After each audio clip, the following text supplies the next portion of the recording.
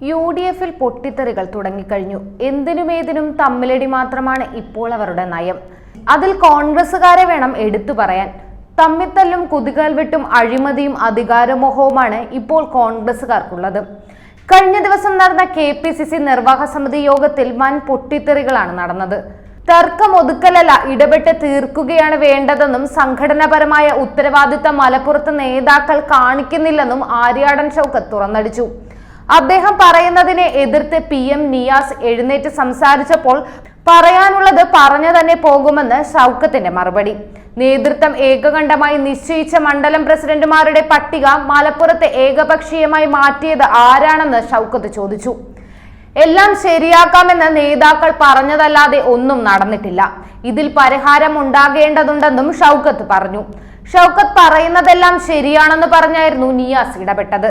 തർക്കമായപ്പോൾ രണ്ടുപേരും നിർത്തണമെന്ന് K സുധാകരന്റെ ആജ്ഞയുമെത്തി. മലപ്പുറത്തെ തർക്കത്തിൽ ഇടപെട്ടതാണെന്നും ഇക്കാര്യത്തിൽ പരിശോധിച്ച് തീരുമാനം നടപടിയെടുക്കാമെന്നുമായിരുന്നു ഇതിന് സുധാകരന്റെ വിശദീകരണം. പ്രസിഡന്റ് സംസാരം തടയുന്നത് ശരിയല്ലെന്ന് ഷാഫി പറമ്പിൽ പറഞ്ഞു. പറയാനുള്ളത് യോഗത്തിലല്ലേ പറയേണ്ടത്, അതുകൊണ്ട് ഷൗക്കത്ത് പറയട്ടെ എന്നും ഷാഫി പറഞ്ഞു. ഇതോടെ ഷൗക്കത്ത് സംസാരം തുടർന്നു. AICC ജനറൽ സെക്രട്ടറി ദീപാദാസ് മുൻഷിയുടെ സാന്നിധ്യത്തിലായിരുന്നു ഇതെല്ലാം.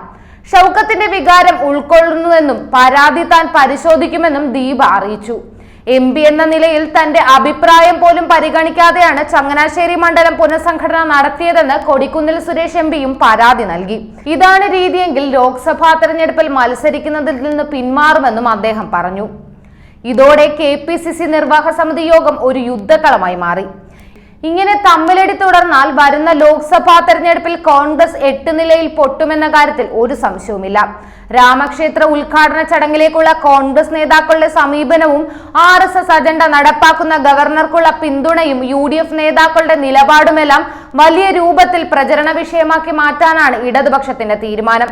അങ്ങനെ സംഭവിച്ചാൽ വലിയ രീതിയിൽ തന്നെ കോൺഗ്രസിനും ലീഗിനും അത് തിരിച്ചടിയാകും.